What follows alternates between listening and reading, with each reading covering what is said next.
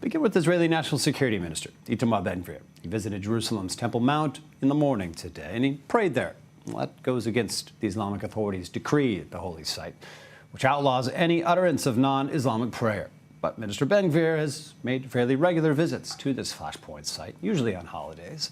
And today explained, quote, "I went up this morning to the place of our holy temple to pray for the safety of our soldiers, the speedy return of the hostages, and total victory with the help of God," close quote. So again, that's Ben-Gvir himself. But again, the Prime Minister's office swiftly made a statement that the long-standing status quo there had not been changed. In other words, Jews are not allowed to pray there. The Prime Minister was quick to tell everyone. But we're joined by Samar Sinjalawi, Fatah activist and chairman of the Jerusalem Development Fund. And honestly, Samar, one of my favorite guests on our show. Thanks for being with us, Samar. Always eye-opening conversations with you, so appreciate your time. Look, I want to jump to sort of big scale question for you right now. Do you carry, I mean, there's a lot happening right now, whether it be what's happening in the Gaza Strip, all the issues in Israeli politics. Do you carry any optimism right now for how we can all emerge from this heightened conflict? It's been focused on Hamas and the Islamic Jihad in Gaza, but is there a better tomorrow waiting for us both? Definitely. And I'm so confident. I'm so confident because I know very well the Israelis and I know very well the Palestinians.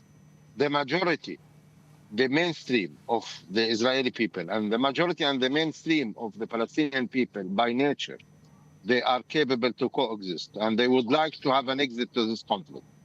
Well, maybe they are a little bit confused now because of the circumstances and because of the very bad leadership that is brainwashing or confusing their minds, making a lot of uncertainty among the way that the people are thinking. But if you leave Israelis and Palestinians to their naturality, they are capable to coexist and they are capable to go into a political horizons that will satisfy both Israelis and Palestinians. I mean, whatever is happening in the world, in this war, all the fronts of it, by the end of the day, when it will end, we will discover that again, we are left to be 50% Israeli Jews and 50% Palestinians who are living in the same piece of land. Nothing has changed. And the only way to go out of this suffer, this grief, both sides are definitely paying prices. The only way is to try to share this land and to survive together. And let me tell you something. I recognize the historical rights of Jews in this land, everywhere.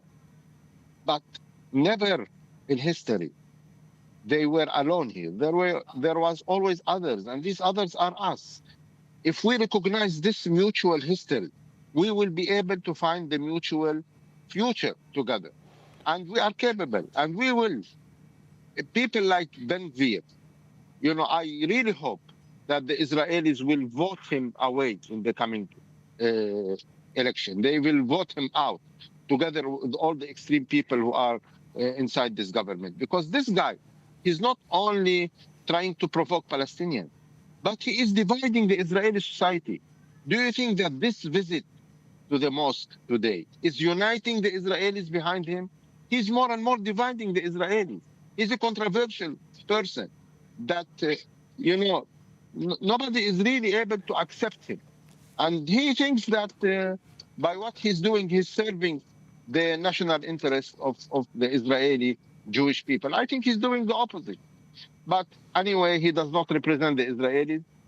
And those extremes on the Palestinian side do not represent the Palestinians. Well, I want to steer you back to that for a minute, Samar. Let's steer back to Palestinian leadership here, okay? Because President Abbas, who's been in power a long time, I know you're not a fan of his extended presidential term here, of course, but we've seen him taking action, or at least ordering his security forces into areas in the West Bank and Jenin in particular to sort of assert his authority in a way we haven't seen in a while. We're wondering what his plans are here. Is he looking at it a day after in Gaza? Is he planning on essentially taking over more along those lines? Are there people in the wing, in Fatah, who are ready to take over for him when and if he steps aside, passes away, is an elderly man?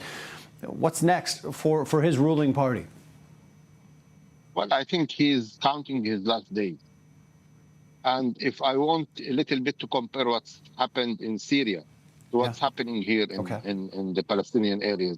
You know, in Syria, Assad was a little bit nervous in the last nights and moments to find out the exit route He took his way to a Russian Right. base where he flew out to Russia. But for President Abbas, he does not live in Ramallah. He lives in Amman. So he doesn't need to worry about how to escape when things will collapse. Things are collapsing. Wow. We can see it. You don't need to be an expert to see it.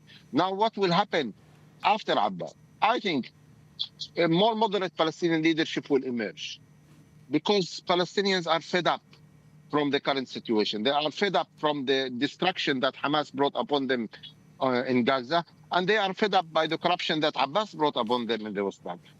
Automatically, Palestinians will rally against leadership that will bring them the option of construction, or option of waking up every morning and being confident that today is going to be better.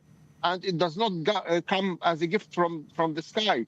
We need to work for it, to have our situation better, to live in a better situation, to develop ourselves economically, to build our democracy. We need to work on it.